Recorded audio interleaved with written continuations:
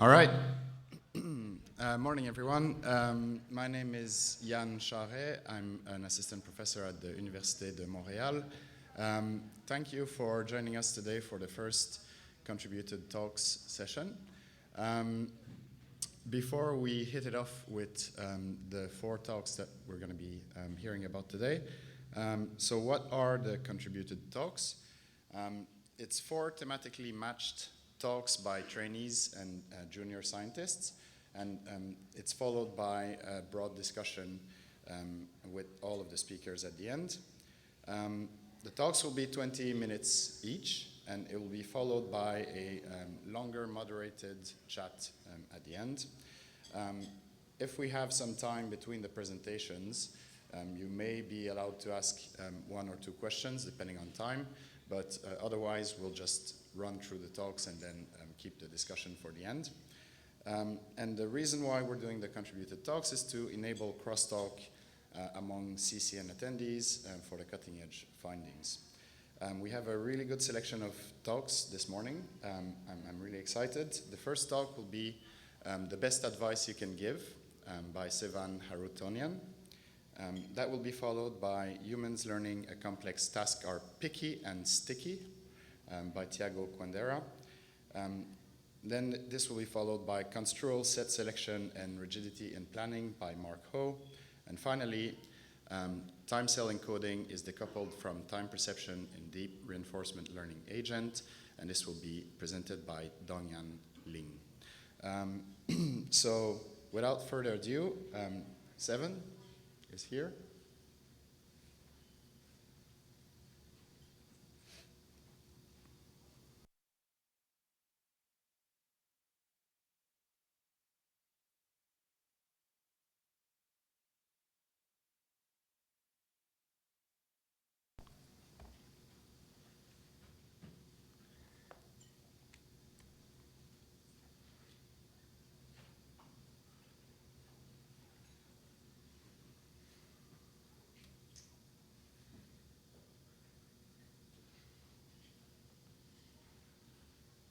Cool.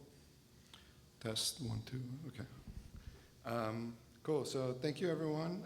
I'm really excited to present you this work. It's the first time I'm presenting it outside of a lab meeting, so it's really new and early, so your feedback and advice would be really helpful. Cool. So advice giving is an instrumental component of teaching, mentorship, and communication. And it could range from being inconsequential to life-changing in a good or bad way. But how do we know if a piece of advice would be useful? So let's think about this advice of just scoring the basketball. Might be useful for someone who doesn't know how to play, but for someone who does, it's not going to be that useful. So how do we figure out this usefulness or relevance? So one way we might be doing this is recursive reasoning, where a teacher might think about what piece of information is going to help the learner the best, and the learner is going to think, given this information, what is the teacher trying to tell me?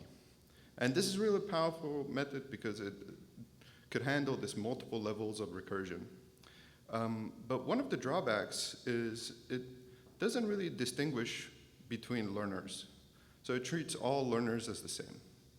And it actually requires that the learner and teacher have the same prior, which in real world situation is not the case. So how else would we deal with this? So one way would be to observe some behavior and then reason about the cause of this behavior and give advice based on that. And then more specifically, you can figure out like the type of advice you want to give, right? You might communicate the goal, right? So what I'm showing you is like a really simple state space of like basketball. And you might think, and the darker colors are higher value states, for example, and you might think that this is a high value state and I should communicate this as a sub-goal. But you might also realize that there's like a really crucial causal connection, right? So instead of giving advice about like a goal or sub-goal, you would communicate maybe this causal connection to teach this, this thing. So yeah, what I'm trying to say is there's different types of advice. You can give advice about goals or causal connections. And we don't only care about basketball. We want to abstract this into like other domains. And like giving advice about reward functions or between connections between states. So connections between states might remind you of cognitive maps. And we all love cognitive maps here. And we know how important they are to goal-directed behavior in navigation, social interaction, just daily tasks. But how can we teach cognitive maps? How can we help improve someone else's cognitive map? And how can we combine this kind of with these pedagogical models that are sensitive to individual learners? So the question we want to ask is, can people give advice by inferring the other's cognitive map from their behavior and to identify the most pedagogically useful connection and give that as the advice? So our task is going to involve a participant teacher who will observe a sequence of actions from a learner, and then they have to kind of figure out what the learner knows, like their knowledge, and give advice based on that. Cool. So first I'm going to tell you about the learner's task. The learner's task is a navigation task with 10 states, and each state has a reward associated with it. And there are deterministic direct transitions between these states, and there's always like a start state and multiple terminal states or end states. And the learner's goal is to navigate from start to end and get the most amount of points. So an example would be just navigating down like this, and they get 3 points. So the teacher's task would be they observe the learner's trajectory with a dark solid line. Can I move my mouse? Okay, maybe not. But they don't know what the learner knows, so they don't know the learner's transition structure. The dotted lines are possible connections, right? The teacher in this case knows all the connections. And the teacher's goal would be to select an edge to give as an advice such that it will maximize the learner's next trajectory. So I'm just going to get rid of these arrows for visual clarity. So let's look at an example. So let's say the teacher chooses this blue edge as advice. So the learner will incorporate that into their knowledge, and then on the next trajectory, they would improve their total points. So how about this other, on the bottom right, if the teacher was to give this edge as an advice, the learner will learn it, but wouldn't actually use that knowledge, because going down that path, you end up getting less points, and the learner's always trying to maximize the most points. Cool. So we ran this on 100 participants. Participants were just only teachers in this task. And the learners were just these unique graphs, and there were 40 of them. And participants got 10 cents points, 10 cents per point the learner improved by. And there was no feedback after each trial, so there was no learning within the task. So there was large individual differences in our participants, but pretty much everyone did above chance. So I'm going to just show you what a participant would see. So they would see this graph with the dark trajectory being what the learner just did, and they would have to just click on an edge to give that as the advice. And the numbers that are next to the node are just to identify what node that is. So in this situation, you might think maybe the edge that's connected from 0 to 1 is a good advice. And actually, yeah, that's what people do. And it's cool because they're converging on a single advice. So there's some common strategy between people. So I'm going to show you another one. Try to see if you see which edge would be the best in this situation.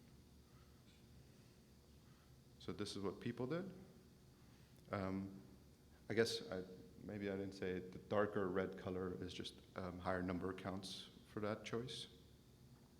And then there's these trials that are more difficult. So there's multiple good advice to give, right? And now you have to think, do I want to tell them from 2 to 6 or 0 to 3? So what we actually see is mixed behavior and individual differences. So there's potentially different strategies that people are using to figure out this is the best advice, I should tell them this. So we want to model to figure out what type of strategies people are using. Yeah, so we want to model kind of the teacher modeling the learner and give advice based on that. So to model the learner, we just use a Markov decision process with states, transitions that the edges are a subset of the teacher's transitions, and just a reward function R. And the learner is just simply finding the optimal policy in this graph, like the best sequence of actions to take, and then executes that to get the trajectory zeta. And then we model the teacher in a similar way. It's a one-step decision process with the same states and reward functions, but the teacher has the teacher's transition, like they know all the connections, and they also observe the learner's trajectory. So to figure out what edge is the most valuable for advice, we want to compute utilities. So we would compute utility for this blue piece of advice, which is theta in the equation, by thinking about all possible learner knowledges, right? And then appending that advice to them, and then simulating what the learner might do, so they would try their best in that situation. And then we take the difference between the total points from the simulation compared to the total points from the observed trajectory.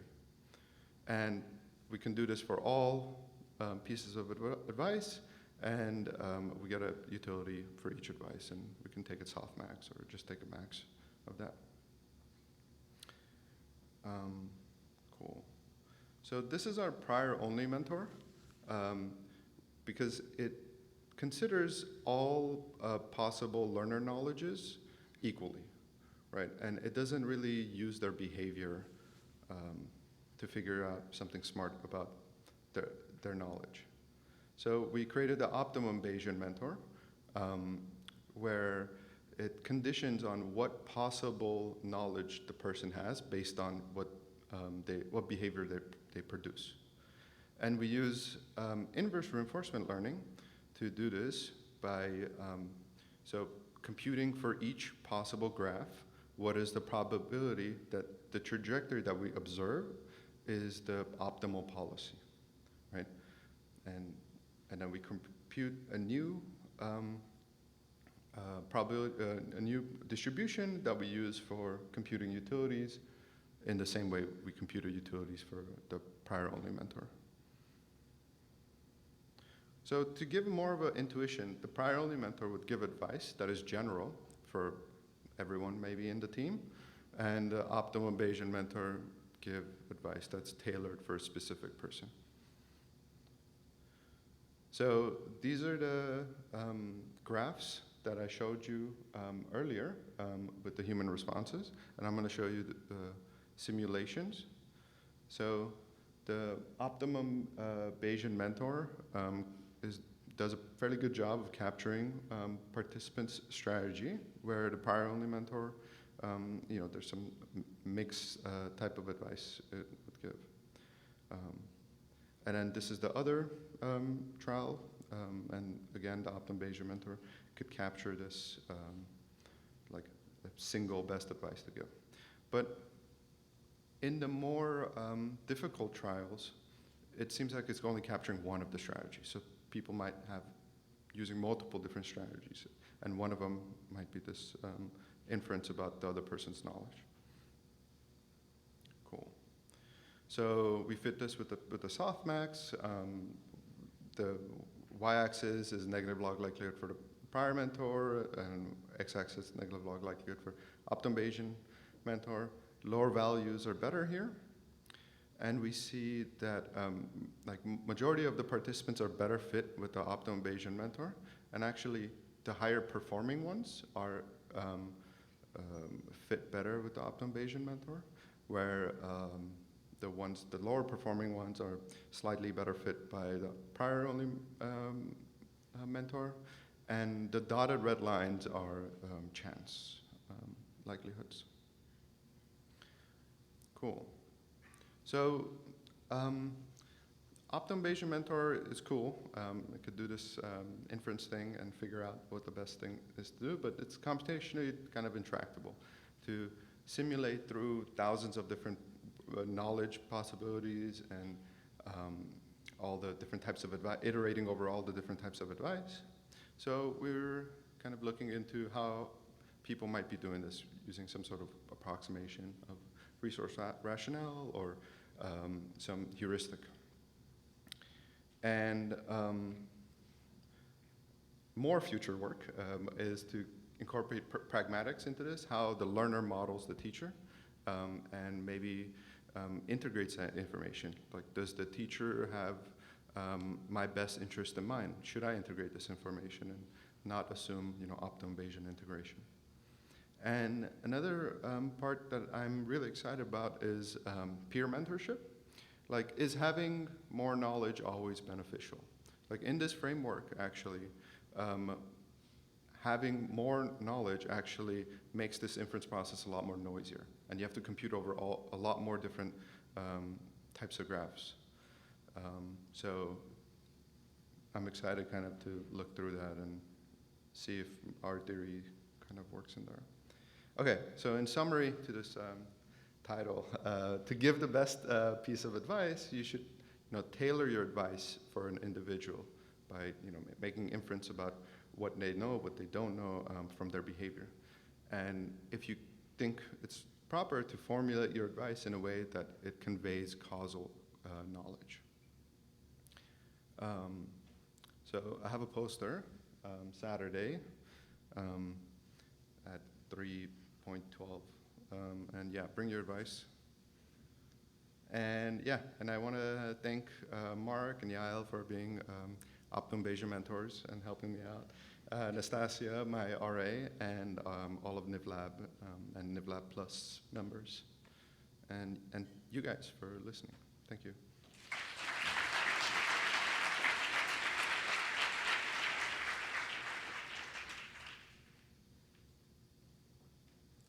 Do I have to unplug? Yeah, we have time for a few questions.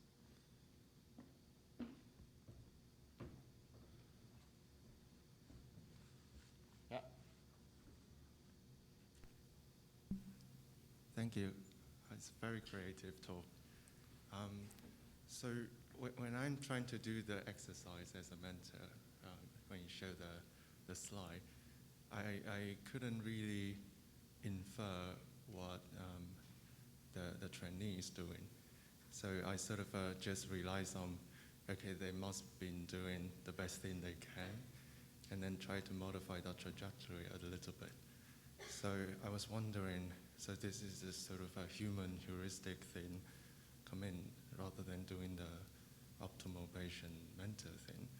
So I was wondering if you are planning to maybe modify the task a little bit so the inference part could be easier for human. Yeah, thank you for that. Yeah, so the task is hard, and we train them for a while to and make sure they know how the task works. We purposely want the task to be hard and this inference process to be hard to figure out, are people actually using this strategy, or they're just giving up, or are they using the strategy only whenever it's easy on some trials, or and not using when it's complicated. So we still have to figure that out.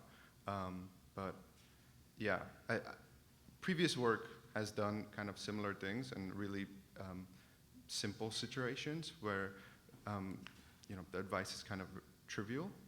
So we are trying to kind of scale this up, and this is not real world yet, but hopefully working towards that. Yeah. Thank you. Yeah. Okay, we'll take one more question, and then we'll move on to the next speaker. Thank you very much. I'm wondering how you incorporate the variability around your optimal solution. So for example, if you have the optimal base and the prior only, and on average, the maximum utility comes from one decision, but what if it has more variability? Then how do you choose between two decisions if one has more variability, however point estimate of the utility is higher? Yeah. So I don't think we have a smart way to do this, right? It's just like sampling it maybe. But we specifically hand chose the graphs that we show participants that will minimize that. So we don't have this, large variability that, both prior mentor and the advice optimization mentor are giving the same exact advice. Yeah. Thanks.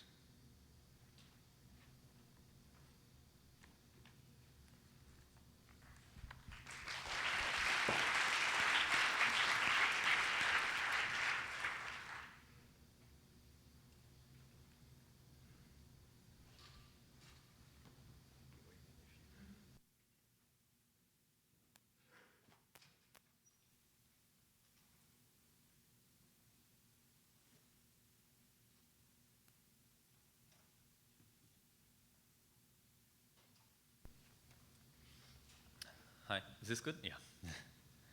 Hi, my name is Quendera. I'm a grad student at the Systems Neuroscience Lab across the Atlantic in Lisbon. And today I'll be talking to you about a study of complex skill learning. But what does that mean, learning a complex skill? Well, for me and for many of you, there's a game that comes to mind, and that's the game of chess. Up until a few decades ago, that we were very cocky to think it was a humanly exclusive task, but we found by, for example, the team at DeepMind and others, that it is possible to beat even the biggest of champions at this game. Most interestingly, the algorithms that were able to beat the best of humans at these games were also generalizable enough to solve other types of tasks. In this case, for example, the game of Go and Mahjong. But others have tried to look at how exactly are these algorithms solving these problems. And it turns out that these artificial neural networks are solving these problems in a different way than humans. One of the examples is just looking at the learning curves and seeing that the speed at which humans learn seems to be much faster. But is there an explanation for this? How are these skills being learned by these agents? Well, we know because we designed them that they are exploring this possible space of rewards using this technique called gradient descent, meaning that they are approximating the best possible outcome in this value landscape. Ullman and colleagues pose that humans perhaps are doing something different, and that is using a top-down approach based on their priors. In this case, they're calling it a theory space, whereas humans have a certain theory of the world, and they use that theory to get maximal reward. And then they have to acquire new theories in order to change the strategies that they're using to learn their skills. So it would be quite interesting to find a task that is able to distinguish between several types of skill learning. And for example, in this case, bottom-up and top-down. Krakauer and others have, however, noted this is not so trivial. In labs, that we've been very used to using these tasks that are extremely controllable experimentally. And usually these tasks are very, very fast to learn. But the tasks where we saw these feats actually lie on the opposite side of this axis, like chess or playing the piano or something like that. So an example is the random moving dots task. The random moving dots task is a task where we ask participants, are these dots moving to the right or to the left? All you have to do is look at the screen and integrate the motion of the dots and decide. The interesting part of this task is that we can manipulate the motion coherence of the dots from zero, complete randomness, to all the way moving to one side, and therefore create beautiful psychometric curves from the behavior of participants. On the other end of the spectrum, we have the game of chess. The game of chess is no longer so easy to parameterize, but instead it has another feature that is very interesting. It's the breadth of the possibilities is enormous. It's so big that it allows any human to be challenged for probably their entire lives. So is the right tool already out there to study this type of problem? One advanced task is this so-called NP hard problems. One problem of this class is the traveling salesman problem. The traveling salesman problem shows you a map, and you're asked to draw the shortest path between the cities shown on a map. This problem is very interesting because as we scale up the number of cities, we exponentially explode the complexity of the task. However, it's not the easiest problem to parameterize. And crucially, it relies on something that we have a big advantage against when comparing with artificial neural networks, which is our knowledge of geography and map navigation. So we decided to use the traveling salesman as a basis to a new task. And this new task, and you see here an expert participant, it's me, playing it, you can see that a participant has to navigate this space. What they must do is collect these orange lobes and plan their trajectory across this hexagon to collect them before they are too large. The first time that they open this task, this is what they see. Purposely, our participants are left with no instructions, again, to try and make this comparison slightly more fair. The only thing they know is that they have to tap and swipe, and that has some meaning in abstract. And if you're anything like our participants, you probably wouldn't know what to do. But don't worry, because I made the game and I'll explain it right now. So what you have to do is tap the lobe that has a target coming out of it. And as you tap, the game discretely advances, meaning that your actions control the advancement of time in the game. The game is such that as you advance in actions, the targets get more valuable. And then when you swipe, which is the second possible action to collect the points, you either swipe early and you get lesser optimal points, you swipe at the right time, you get perfect points, or you swipe too late and then you lose all the points. This problem can actually be formulated as an MDP. And this MDP I'm showing you here in this 3D prism, you can see that one of the edges has access to what are called terminal states. That's the edge with the orange circles. The brighter the orange, the more points. And as you can imagine, the black circle means that you waited too long and you lose all your points. So every single node here represents a possible strategy that the player opted to go for. So our game is called Hexed, beautifully symmetric name, and it's a self-placed task based on a parameterizable version of the traveling salesman problem. Crucially, it's compressible and expansible in its state space, meaning that we can generate up to 164 unique stimuli, and we can manipulate things, for example, like the number of targets or the ordering in which they show on the screen. Crucially, we can feed it in a much simpler way to a robot in what we call the robot's eye view of the world. We can make a matrix that is 6 by 12, a binary matrix, and we can encode any possible configuration of this board in this manner. Indeed, that's what we did. We used OpenAI Gym to create this matrix, and then we trained 3 different agents on solving this task. They were all had equivalent performances, but the convolutional layer agent was the fastest at learning, so from now on I'll be showing you data from that one alone. But another challenge arose, and that was, how can we leverage what we so liked about this random moving dots task in terms of its repeated sampling, its capability to do hundreds and thousands of trials? If for what we want to study is skill learning, and skill learning happens maybe once or twice depending on the skill, then we had to find a way around it. And we did by launching this game online. And with the help of our colleagues at the science communication departments in our institutes, we were able to reach 10,000 unique players and amount 200,000 unique plays. You can join us and download the game at the URL on your screen. So skill learning can be found on different stages of learning the task. You can learn how to navigate the task, or you can learn how we saw in the video, to solve the very hard problem with 6 cities. So we decided to opt to start by looking at the simplest possible problem. And now that you have this knowledge that our participants don't, I would ask you to try and imagine what you would do. One interesting thing we found is that our humans seem to all converge on what they do. What I'm showing you now is the first ever tap on the screen.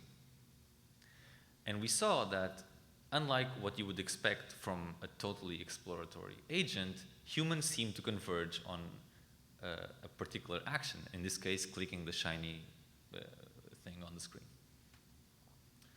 which is the correct thing to do, by the way. So artificial neural networks would, in our assumption, not do the same thing. They would have a scattered map of exploration.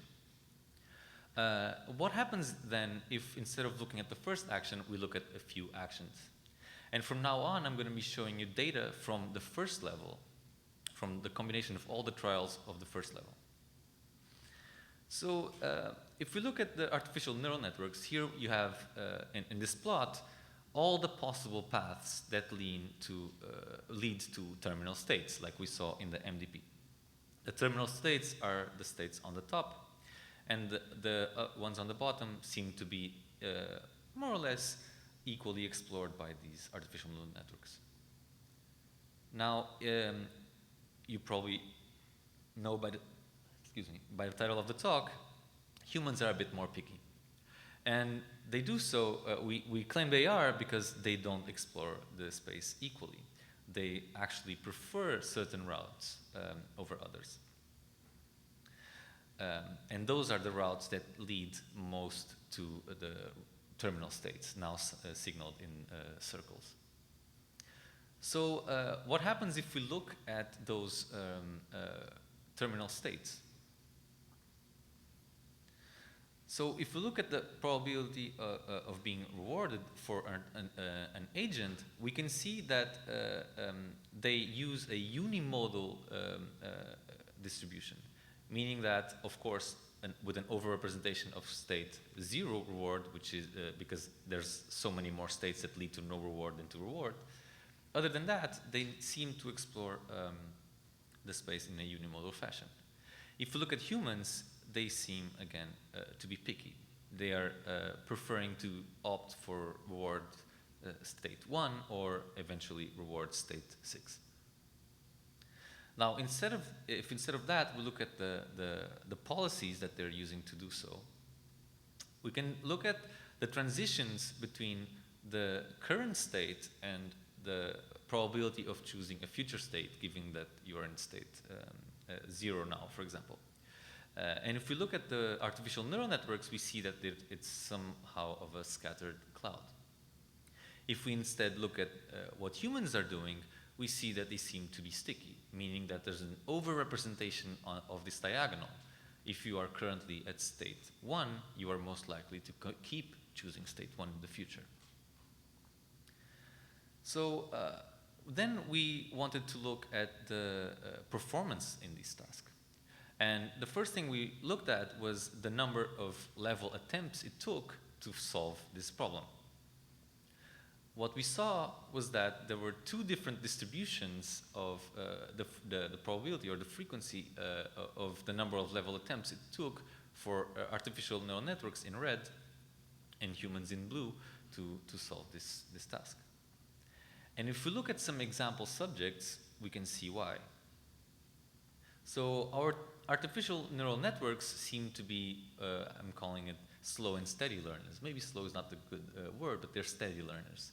They slowly ramp, and it makes sense given the architecture that they are based on, until they reach the performance criterion, here signed by the checkered line. If instead we look at humans, we see something different. What we find is that humans seem to be what we are calling leapy learners, meaning that they stick to the same strategy as I showed you before. They are picky on which strategy they are sticking to, and then eventually they decide to change and quickly rise to performance criteria. Interestingly, not only the histograms on the top are different in their means, but they're also differently shaped. And we believe that this could be some indication that, as we had indicated, as I had hinted at, humans are performing some sort of top-down learning, whereas these agents are not. So to summarize, we developed HEXT, a psychophysics-inspired complex task, because we wanted to try and fill this hole where we wanted to learn about different types of skill learning. We are not alone in this. The group of Weijima is studying Connect 4, and the group of Gershman is doing something similar to this also in very simple games. We learned that humans are picky, sticky, and leapy, and this hints that there's some sort of top-down learning taking place in our participants. But the thing we learned the most is that we really need models. We are struggling, we're a small team, and we are looking for models that can explain, for example, what are the emergence of the priors? What are these priors that humans are using? Why do we like to click the shiny thing on the screen? And also, where do the discontinuities in learning come from? These are two questions that we're still looking for an answer. We are committed to making this data set and environment open for all, not only the task, but also all of the agents, coming soon in our repositories. Other than that, if you think you are the one for us, please bring your model along and let's chat. We also have a poster session. I didn't have enough foresight to put it up on the board, but I'm sure you can figure it out. And I would invite you to also download the game and try it out at hex.io. It's available for iOS, Android, everything.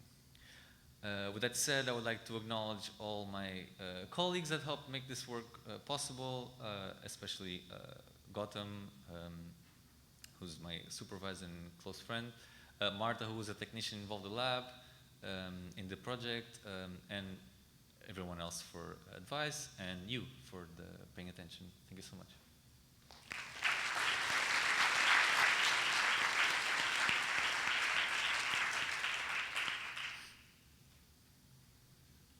Just a quick clarification question. Did the AI agent that learned this task, did they see the screen display? Did they get the pixels that the humans saw, or did they just get this state matrix as input? They just get the state matrix, yeah. They don't get the screen. Which is a good point, right? Maybe if they get the screen, maybe they do like to click shiny things. I was wondering if the top-down approach is due to like humans being able to leverage their past experiences while the neural network is trained from scratch to learn only that specific task? Yeah, that's probably one of our main ideas. We saw already here in the conference some people working on this, trying to feed these agents with priors and using other strategies to feed some sort of prior behavior to it. So yeah, we think that maybe we're not trying to say that this is something exclusively human. We're just trying to figure out a task in an environment where we can discern different types of skill learning. Yeah. Thank you. Okay, we're going to move on to the next presentation.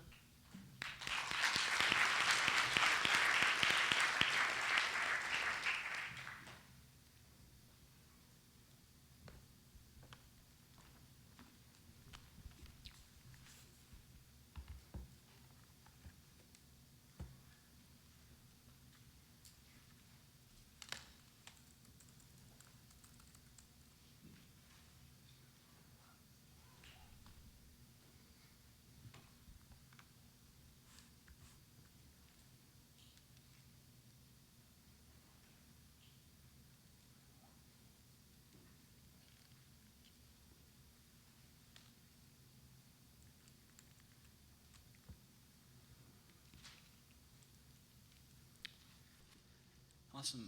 Hi, everyone. I'm Mark, and I'm going to present some recent work in collaboration with John Cohen and Tom Griffiths, thinking about certain aspects of planning. So when we look at human cognition, something that really stands out and is really remarkable is our capacity to plan and kind of flexibly plan. So we plan a lot in everyday life. We are, when we're in a new situation, in a new town, we can plan how to get around it using a map. We plan in games like chess, like we heard before.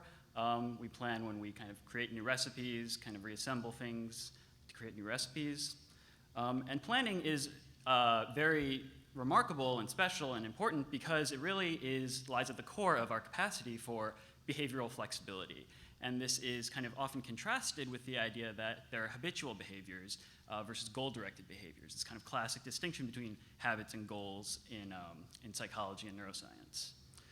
So for example, you can imagine that if you, say, drive to work every day and you generally tend to take the same route, eventually you'll kind of learn that sequence of actions. You won't have to think very hard about it, and you can just kind of execute it automatically without doing a lot of explicit reasoning. But we often encounter situations where there's kind of a new contingency. For example, the road that you usually take might be blocked, and in that case, you're going to have to engage in kind of explicit planning and kind of respond to the situation. And so, again, what makes planning really kind of remarkable and useful is the fact that it enables this kind of behavioral flexibility, our ability to respond adaptively and quickly without kind of going through a long process of learning through trial and error. So this idea that planning is flexible is very important, but there's actually a very old literature that has studied planning kind of from the opposite angle, kind of thinking about planning and kind of rigidity that emerges in planning, and certain kinds of rigidity that emerge in planning. And one very good example of this that I really love is Dunker's candle task. So if you haven't seen this before, in Dunker's candle task, what they do is they bring people into the lab, and they show participants a table with a bunch of objects on it. And on the table is a candle, a book of matches, and a box of tacks. And they're told your goal is to mount the candle on the wall and light it. And so, if you haven't seen this before, take a second and maybe think about what you would do. When you bring kind of naive participants into the lab, they try a number of things. So sometimes they try to melt the candle to the wall. Sometimes they try to tack the candle to the wall. These don't work because the candle is made of wax. It crumbles if you try to tack it to the wall. The solution to this is actually to empty out the box of tacks and then tack the box to the wall and then put the candle inside the box and then light the candle. And so this experiment is very interesting because people are, they're shown these objects and they're kind of very actively engaged in kind of trying to plan out a solution, trying to come up with a sequence of actions to take to reach this goal state. But they often can't. They're often kind of stuck.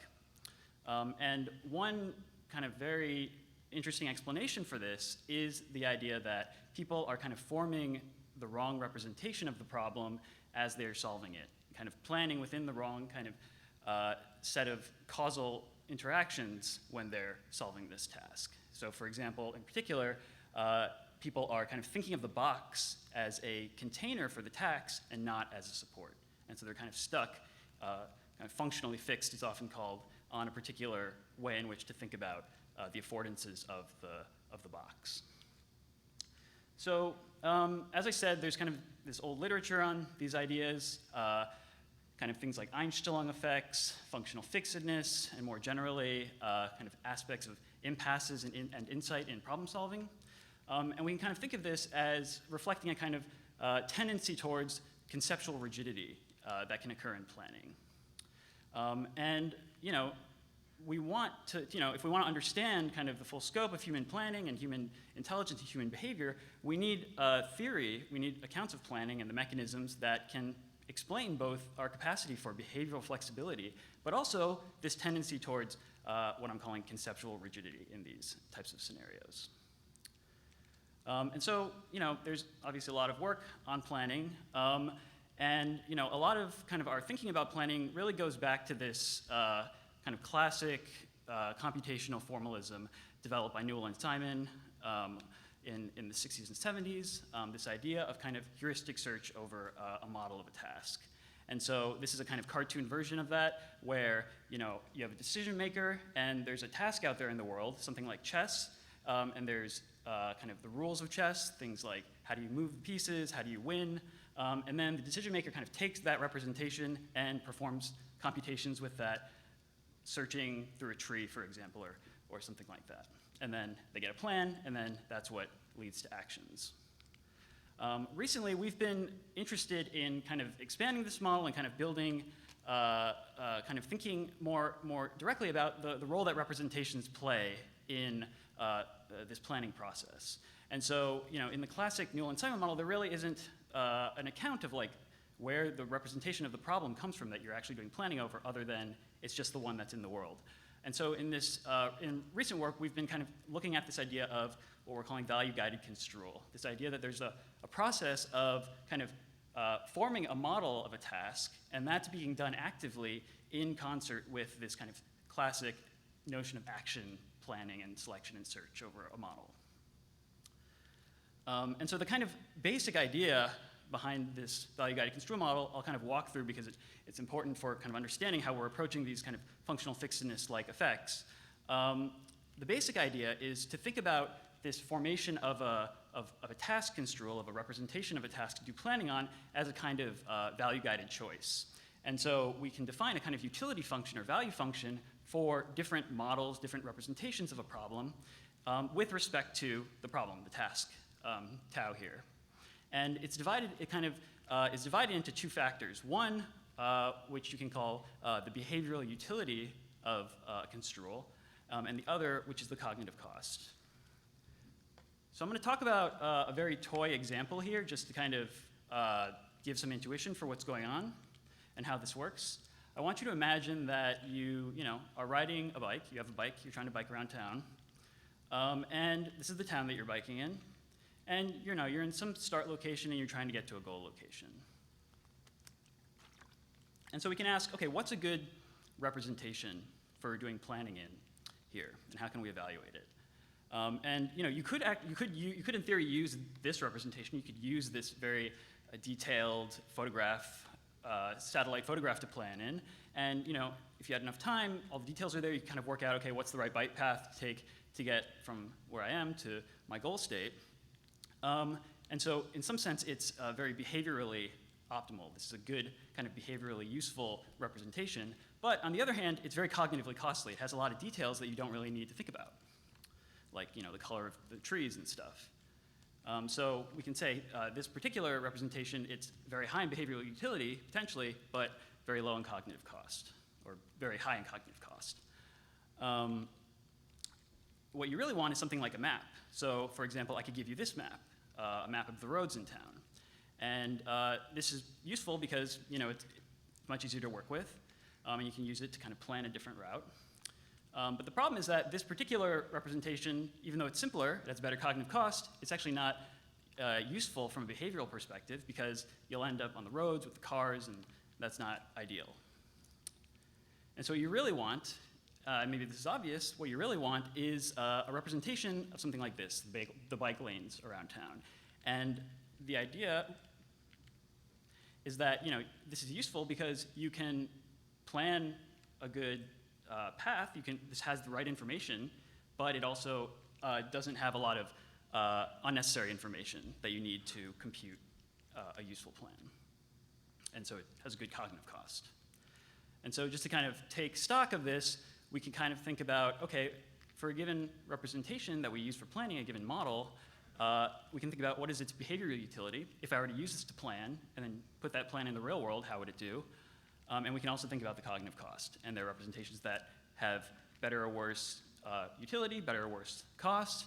And then this allows us to have some notion of, okay, what is like an optimal, what is a normatively good representation for planning. And so this is a kind of rational normative model of the task construal process, kind of building up a representation of a problem for planning process. So so in this original work, we kind of studied this, how people kind of form task construals in a maze navigation task. And so a lot like how you can have, how you have kind of the full description of a problem, like the map, like the photograph on the left, we have a full description of a given maze. And people can do the problem and take a sequence of actions. And then we can ask, okay, what was the underlying representation that they used to do the planning? And is it consistent with this kind of optimal model? And so, again, the model gives predictions for what kind of representation you would form in order to solve a problem. And so, just at a very high level, we can ask, okay, do people form optimal construals? And so the example I showed you before, the maze I showed you before, this is the prediction of the model. This is the responses that people gave that we used to assess what they were paying attention to on one of the experiments. And we can see, there's somewhat of correspondence between paying attention to the obstacles on the right hand side of the maze and ignoring the ones on the left. Similarly, there's a correspondence between the model and behavior for this maze, and this third maze is another example of kind of correspondence between this kind of idea of forming a simplified model according to this utility function and human responses. Okay. So, coming back to this idea of functional fixedness, can we think about this process as arising from something related to the types of construal processes, representational processes involved in planning that I was discussing just now? And these like classic studies are great, but they are kind of a one-off thing. If you once you give someone the candle task, you're done. You can't have like multiple trials of the candle task. And so we want to know, like, can we create kind of a more scalable paradigm to study this type of phenomenon? And so we've been thinking about this in the context of what you might call coarse versus fine-grained construals of a problem. So to kind of motivate this, imagine that you're at an airport, and you can think about the buildings and various things in an airport in various different ways. So for example, if you're trying to navigate from like one terminal to another terminal, you might think about, okay, what are the shuttle buses that go from terminal A to terminal B, and kind of represent them at a very abstract level. Or if you're searching for something very specific in terminal C, you might think, okay, what are the particular gates at terminal C? What are the shops at terminal C? I'm looking for food, and so on. And so we can represent the same object in the world at different levels of abstraction. And so we developed a version of these maze tasks where they were composed of, again, you kind of control the blue dot, you're trying to get to a goal state, and the mazes were composed of these 3x3 blocks, like this, these blue blocks here, and these would block your movement if you tried to step into them. But they were also had this kind of microstructure to them, what you might call notches, that you could move over. And so they're kind of pieces of the block that are broken off that you're allowed to traverse over. And so these blocks and notches, they kind of induce a kind of two ways of looking at a particular maze. So for example, if you have this maze on the left here, this true maze, you could just think about it in terms of the 3x3 blocks and basically ignore the fact that there are notches there and just say, okay, well, you know, there are these blocks there, they're blocking my way to go up on this upper left part, so, you know, I'll just take this path to go from the lower left to the upper right. And this kind of coarse-grained construal of the maze is sufficient to solve it. So we're good here. Now imagine if we move this block up here. So now, if we're kind of thinking about things in a coarse-grained way, there's really no way to figure out how to get to the goal. And so what you really need to do is start thinking about this particular maze in a fine-grained way. You kind of think about, okay, well, all right, okay, what are the notches now that will allow me to get to the goal? And so if you form a fine-grained construal, then you'll be able to solve this problem.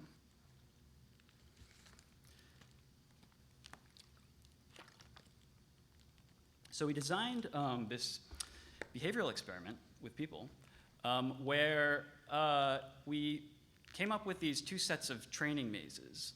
One where you basically don't need to think about the notches in order to solve it.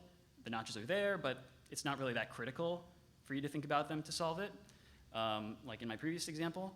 And then another set of training mazes where you did have to think about the notches in order to solve the tasks. And so, just to be clear, we want people to engage in planning. The idea is that people are kind of flexibly responding to a different maze at different times. So the configuration of the start, the goal states, the obstacles, and so on are kind of constantly changing from trial to trial. So you really do have to engage in planning to solve this. So we have these two training kind of paths, conditions, and then we gave participants a sequence of test mazes, and both conditions got the same test mazes. And these mazes were designed in a way such that if you construed the problem at a coarse grain, you only thought about the larger blocks, you would take a path like the red one that I'm showing you here. But if you were thinking about it in terms of the fine-grained structure of some of the obstacles, then you would take the black path here. And so this gives us a way to test whether people are using behaviorally, this gives us a way to kind of behaviorally assess whether people are thinking about a problem in a fine-grained or coarse-grained way. So again, we had two conditions, kind of two training conditions, one where the tasks required you to think about notches and one where they didn't. And then we have these 4 test numbers, and so I'm showing you here some pilot data with this. And so we can ask, okay, on the very first test trial, how do people do? How are people different between the two conditions? And what we find is that on this first trial, people who had done the sequence of kind of tasks where it was sufficient to use a coarse-grained construal were much less likely to take the short route, which required taking a fine-grained construal. And we find eventually over time, people in the coarse-grained condition do kind of pick up on the fact that they can use the notch. So they know it's there, but the kind of strategy, the kind of representational strategy that they're using is kind of carried over into these new, into these test trials in a way that leads to kind of suboptimal behavior. So, in the last few minutes, I'm just going to kind of talk about how we can think about this type of stuff within the formal framework I talked about before. So in the original construal formulation, we have a task construal, you're doing planning, you're taking actions. We can kind of think about this process of kind of representational rigidity as arising from a kind of hierarchical process of construal selection. So the idea is that, you're not just, you can consider the space of possible construals of a problem is very large, and so you kind of divide it up into, okay, I'm going to think about this in terms of a coarse-grained, or I'm going to think about this in terms of fine-grained. And so in our task, we can think about, okay, there's a set of fine-grained solutions and a set of fine-grained construals and a set of coarse-grained construals. So I'm first going to choose, am I going to think about this coarsely or finely? And then out of the set of those possible construals, select one that gives me a good plan. And so we can think about, okay, what is the value of a set of construals? And that's just the expected value over the expected utility over the single construals on the current task. And then we can think of this idea of, okay, from task to task, trial to trial, what is the switching dynamics? And is there a switch cost to switching from a coarse-grained set of construals to a fine-grained set of construals? And so this requires introducing a notion of switch cost. And we're kind of exploring what this switch cost amounts to, because there are a lot of ways to think about switch costs, such as reconfiguration costs or interference costs and so on. And we're very interested in kind of basically bridging these ideas about kind of flexible planning with these kind of other classic ideas about task switching and task interference. And this kind of model allows us to recapitulate the kind of stickiness, persistence that we saw empirically. So great, just to summarize, planning is a very powerful kind of cognitive mechanism for people because it allows flexibility, but we've known for a long time that there are these kind of strange rigidities that arise in how people are planning solutions to problems, things like functional fixedness, Einstellung, and so on. And these are not easily explained by the kind of classic distinction between habits and plans, and it's not easily explained by standard models of planning that kind of take the representation as a given. I talked about a recent framework for thinking about these types of phenomena, value-guided construal, and how we could apply it to these new paradigms where we have problems where you can think about the problem at different levels of abstraction, and how you could have stickiness in that, how we could model that. And I think the kind of broader direction that I'm very excited about with this is thinking about, okay, well, we know a lot about behavioral habits. How can we think about these kinds of conceptual habits that arise from how we think about problems? So I want to thank my collaborators on this work, Tom Griffiths, Sean Cohen, on the CCN work, and then on the other paper, along with Michael Littman, David Abel, and Carlos Correa.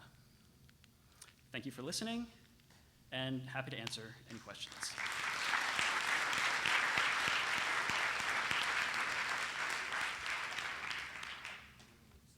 Sounds good. Okay, so we're going to move straight to the next talk, and then we'll have a short time for questions after that talk.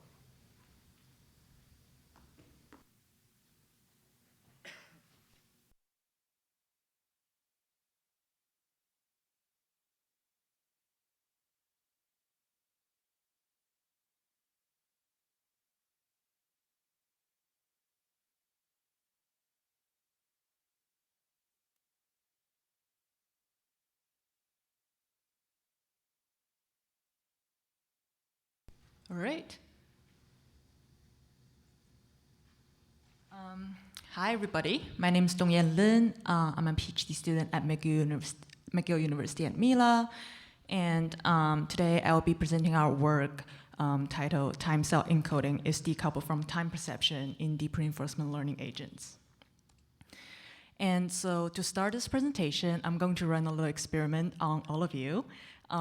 You're going to hear two tones, and I want you to tell me which one is longer. And I hope this works.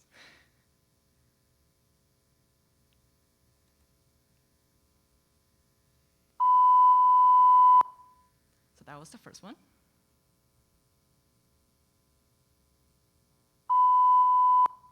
That was the second one. And if you think the first one was longer, raise your hand. A good number of people. That is very good. That is the correct answer. And if you thought the second one was longer, well, come talk to me afterwards, and we'll get your time cells checked out. But anyways, back to the presentation. That was an example of estimating, or the brain keeping track of time on a millisecond to second time scale. And this simple task actually reflects an ability that is ubiquitous to in our daily lives, because it is involved in many cognitive functions, including understanding and generating speech, generating patterns. I'm showing you Morse code as an example, and also generating movements, making decisions, and so on. But the big question is, how does our brain help us tell time?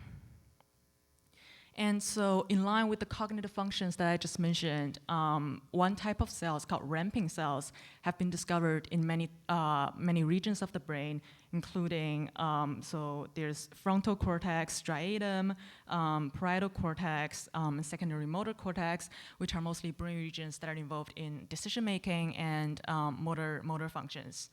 And so these ramping cells are characterized by their monotonically increasing or decreasing firing rates during the time interval. And when the animal is required to generate some sort of movement during the task, these ramping cells have to surpass like a certain threshold of firing rates for the animal to generate the movement. And more recently, studies that focus on the hippocampus have found another type of cells, another mechanism in which the brain helps us keep track of time. So namely, when an animal is fixed in a particular location in space, so for example, if the animal is running on a treadmill, different neurons in the hippocampus fire at subsequent moments in time. So for example, on the left, I'm showing you two example neurons. So neuron A would prefer to fire like about 3 seconds into the time interval, whereas neuron B prefers to fire more later on, about 7 to 8 seconds. And if you put these trial average temporal tuning curves together, you can see that these neurons, their firing fields actually tile the entire duration of treadmill running. And so these cells are termed time cells because they were seen as a temporal analog of the more well-known play cells, where different cells fire when the animal is at different location in space. And so just like ramping cells, these sequential time cells also have been observed throughout the brain. And so I'm showing you some examples here, including hippocampus CA1 and CA3, orbitofrontal cortex, striatum, prefrontal cortex, etc. And also you can notice that these cells have been observed in different species as well. So there's mouse, rats, monkeys, and more recently humans.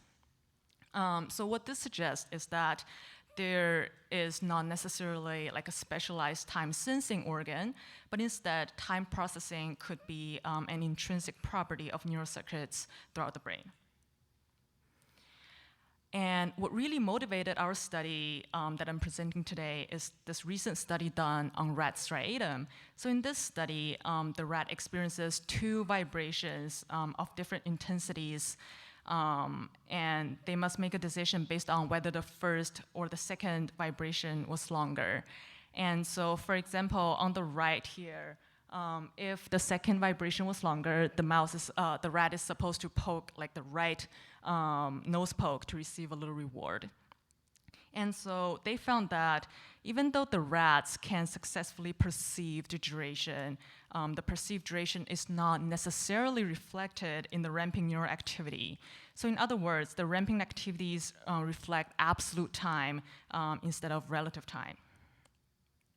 And they also found that even the trials where the animal incorrectly perceived the duration, the time elapsed can still be robustly decoded from the rat striatum activities. And also, even during the delayed duration where there's actually no demand of keeping track of time, time can still be decoded robustly from the activities. And so these results motivated us to ask the question of how useful really are these representations? And more generally, what are the neural mechanisms that underlie the timing behaviors? And also, how do the neural representations of time, such as ramping cells and time cells, help us perceive the elapse of time? And so the way we approach this question is through modeling with recurrent neural networks.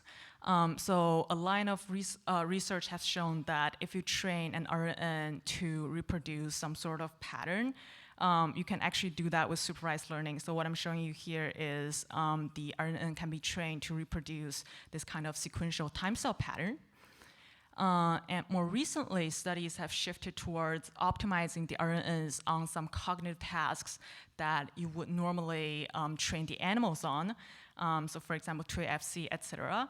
And so if you record the RNN activities during the delay period, you can actually also see these sort of like time cells and ramping cells in their activity in this like end-to-end optimized RNN.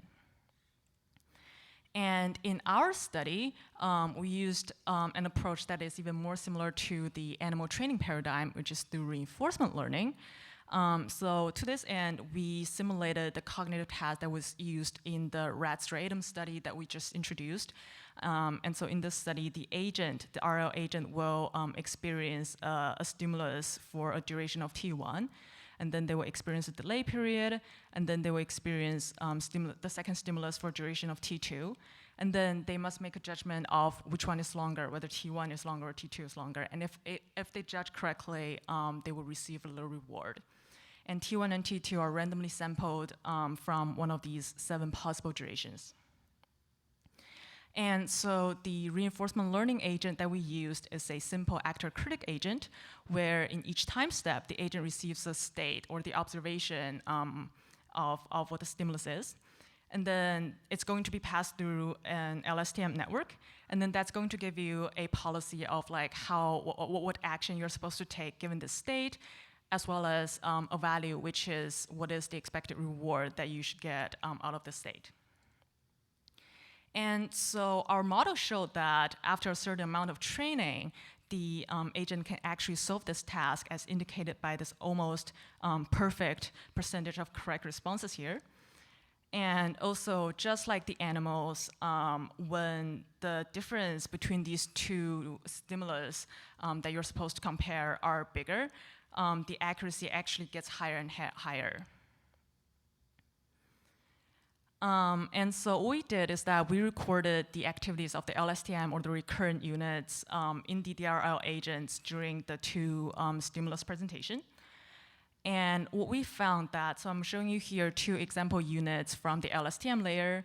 What we've shown here is that 1, recurrent units indeed have a preferred time of firing during the stimulus presentation that is consistent across trial. So I'm showing you 100 trials on the y-axis. And moreover, you can see that in these 2 example units, these cells often encode absolute time, which means that their preferred time of firing actually doesn't rescale according to the stimulus duration. And if you put all of the cells together, you can see that time cells and ramping cells, these kind of firing pattern actually emerge in the LSTM layer. And we trained a multi-class logistic regression to decode the time elapsed since the stimulus onset. And we showed that you can actually decode time from the cell activities. And so we analyzed our data as the way that neuroscientists would analyze their data. And we found 4 pieces of evidence that suggest that there's a decoupling of representing time and the actual timing behavior. And I'll go into each of them individually. So the first piece of evidence is that the majority of the units actually maintains their temporal receptive field regardless of the actual perceived stimulus duration. So again, I'm showing you 2 example units here, and you can see the first unit prefers to fire more later on, and across trials of different perceived durations, they actually ramp up at the same speed, so there's no remapping according to the perceived duration. And the second unit prefers to fire at maybe like 5 time steps in. And again, it doesn't rescale according to the perceived duration. And then the second piece of evidence was that the time cell encoding does not discriminate between correct and error trials. So what you can see here is that even in trials where the agent incorrectly perceived the stimulus, their time representation is actually still very similar to the correct trials, which means that there's no privileged representation of time when the agent perceives time correctly. And when we trained a decoder to decode time from the correct trials, the decoder can actually generalize into incorrect trials, further showing that there's a very similar representation between the correct and incorrect trials. And then the third piece of evidence is that we also recorded the activities during the delay period where there's no demand for the agent to remember what time it's been. But we also saw that there's ramping cells and time cells in the LSTM population, and we can also robustly decode time from their activity. And so summing up these three pieces of evidence that I just mentioned, our deep reinforcement learning agents actually replicated the results from rat striatum from the TOSO paper, where, so first off, the striatum or the reinforcement learning agents, there's no remapping according to the perceived duration.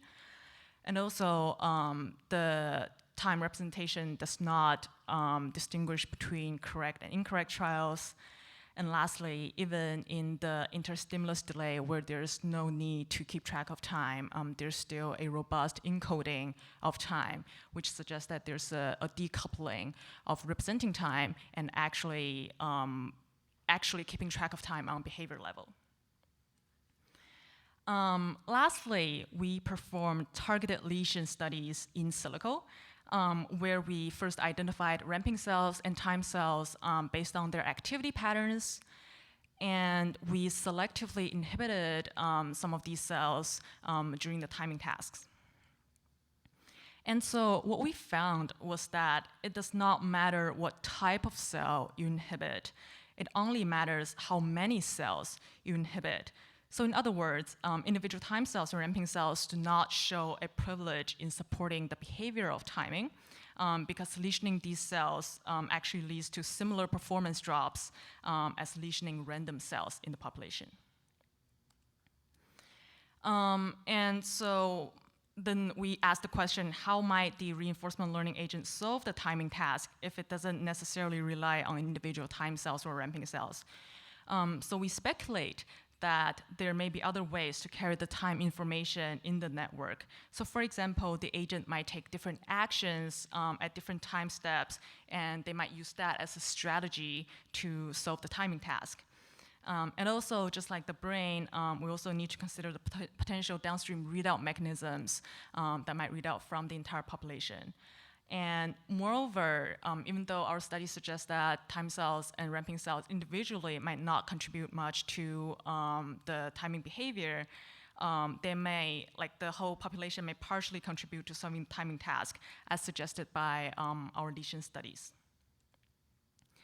And so in conclusion, we trained deep reinforcement learning agents on the simulated delay duration comparison task, and we showed that there's a dissociation between the encoding of elapsed time by the RNN cells, and also between that and the behavior of time perception by the agent, which replicated the neurophysiological results from rat striatum. And our findings suggest that rather than directly contributing to the cognitive function of duration perception, time cells and ramping cells may simply reflect this kind of intrinsic circuit properties that happen to unfold over time. And so going forward, further studies, for example, targeted lesion, are needed to determine whether time cells or ramping cells are causal to the cognitive behaviors, such as timing and working memory. And I also want to point out that there is a few caveats in our study. And so even though evidence suggests that individual time cells or ramping cells may not directly support timing in striatum or in deep reinforcement learning agents, it is still possible that other neural circuits in the brain might use such mechanism to keep track of time, depending on the task demand and task structure. And our deep neural network trained from scratch with gradient descent, which is actually quite different from how the real brain works, where there's pre-wire connectivities, there's previous trainings, and also they learn through more biologically plausible learning rules. But nonetheless, our modeling studies links deep learning algorithms with neurophysiological results to provide a possible solution to understanding the neural mechanisms of timing. And lastly, credit where credit's due. The majority of this work is done by my wonderful undergrad mentee, Anne, who is doing her internship in Switzerland right now and cannot join us. But she is looking for a PhD position in the next cycle. So if we're looking for a very talented student to work on the intersection of neuroscience and AI, drop her a line. And with that being said, I would like to thank my lab and also thank all of you for your attention.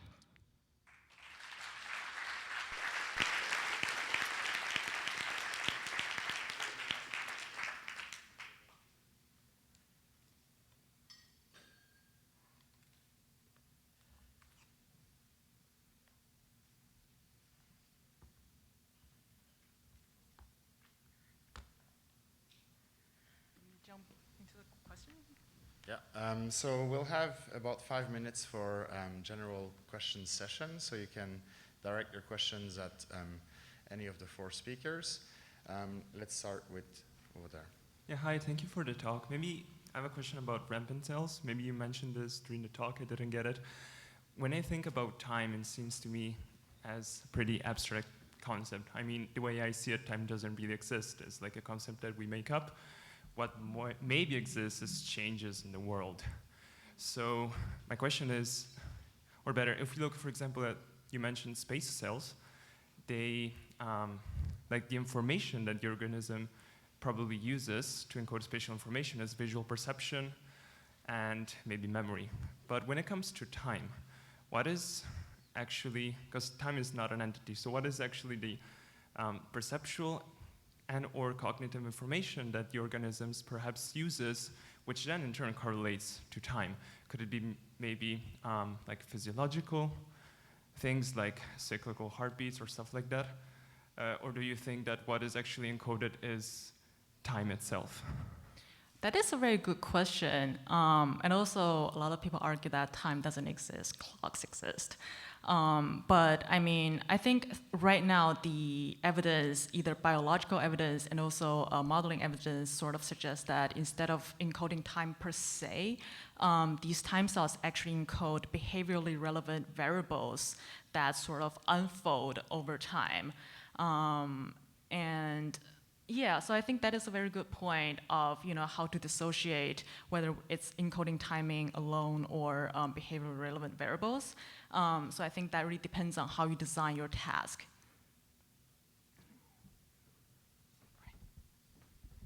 Okay, question over there. Hi, that was a great talk. Beautiful work. It was absolutely wonderful. I wonder about 2 things. First, so first, did you have different scales of timing uncovered from your deep neural network? And second, there is a distinction that has been made in the timing literature between sub-second, suprasecond, up to 3 seconds, 10 seconds, and beyond in terms of timing. Do you see any distinctions that could be made between shorter time scales that would be kind of more related perhaps in the striatum, as opposed to longer time scales that perhaps time scales elsewhere, like the hippocampus or elsewhere, PFC might be actually addressing? And is that reflected in your kind of neural networks? Right. So to answer your first question, I think our study mainly aimed to address the question on like a shorter time scale, so like a millisecond to second time scale, because that is mostly what the neurophysiological studies use to sort of like do the timing experiments in rats and in mice and rats. But indeed, for like a longer time scale, I think it should be expected that there's a different sort of mechanism by which the brain uses to solve timing tasks. Yeah. Hi, sorry guys, but I also have a question for the last speaker. My understanding is a standard observation in timing tasks is Weber-like scaling, where the longer the duration, the more uncertainty the animal is, like the extended common filter model that is used in the Jazairi lab. I'm wondering whether or not your deep Q networks would also show that kind of Weber-like scaling, and if they don't, what you think should be added to them to reproduce that aspect of the human behavioral data. Right, so the Weber timescale you said. Right, well, my slides are, anyways, I think we showed that there's a lot of cells that fire towards the, either at the beginning of the delay period or towards the end of the delay period, which sort of suggests that if you go later on during the delay, there's like a, larger timing field and also just like a decrease in the temporal resolution, which is similar to the animal studies. But also I would like to point out that even though there's some studies that sort of quote unquote like hand code this kind of like Weber property into their network.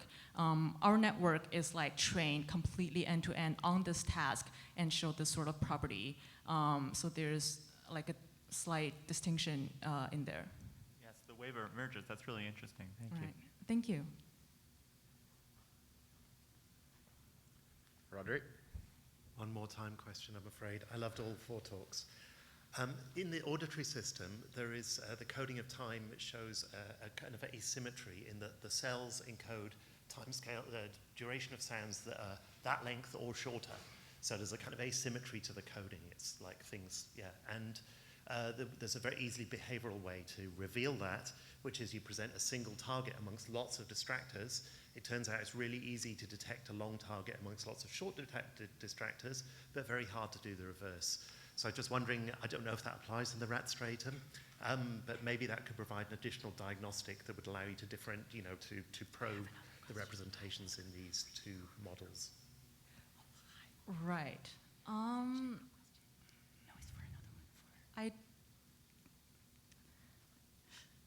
not sure if I've seen that kind of literature like exactly on that, but yeah, I think it's a good future direction for us to look into for sure. Yeah. It applies across many animal models in the auditory system. So right. It's a general property of auditory coding.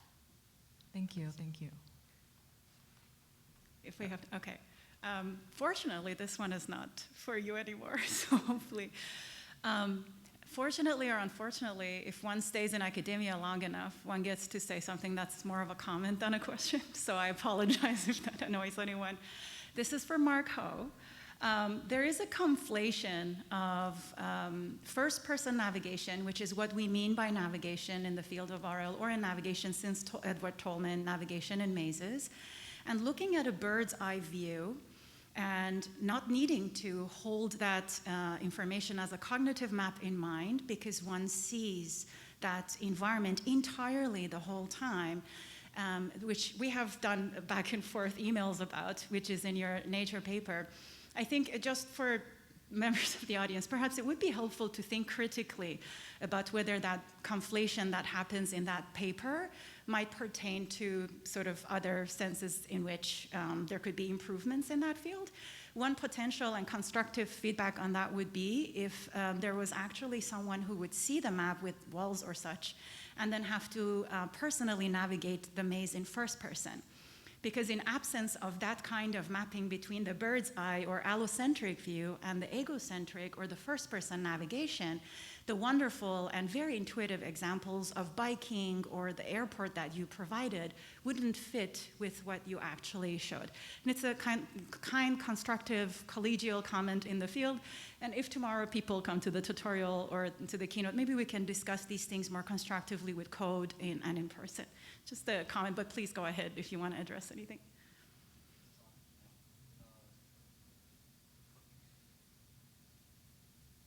Hello? Yeah, perfect. Awesome. Thank you. Yeah, thanks so much, Ida. Yeah, I mean, I've really appreciated the feedback you've given me on the work and kind of thinking. I've been thinking a lot more lately about how to apply this idea of value-guided construal in the more kind of first-person, egocentric, kind of like navigating through the world tasks. And I think the way I see it is the way that we've been studying it with these kind of bird's-eye view mazes. It's it's getting at planning, and it is. I mean, we can talk about navigation from a bird's-eye view or from a first-person view. I think they would both be considered forms of navigation. The thing that would need to be done to generalize it to the first-person thing that I've been thinking a lot about lately is going from MDPs, which are fully observable domains, to POMDPs, which are partially observable domains. And so we've started looking at versions of the model that involve kind of partially observable reasoning. And part of the reason for focusing originally on MDPs was kind of scientific and methodological to kind of focus in on the idea that even if you're given all the information needed to solve a problem, you're not going to use all of it. And so we wanted to decouple this issue of kind of information filtering from the inference process, which I think is something that's been studied a lot more. Kind of how do we draw inferences about maps in the environment from kind of limited data. And so the focus on the original work was really on kind of how do we pinpoint this like purely kind of information filtering, construal process. But I absolutely agree that kind of generalizing it, combining these types of models with inferential models, partially observable information seeking type models would be a very exciting direction to take this work. And I'm happy to talk more about it. Thanks, Mark. We're going to have to stop the session at this point. Two announcements to make. One is we have a lunch break now, and we'll start again at 1:30 for the first GAC. And the other announcement is that in 10 minutes, there will be a test fire alarm. So just to make you aware that you'll probably have to get out of here in 10 minutes. Thank you, everyone. And thank you for the speakers.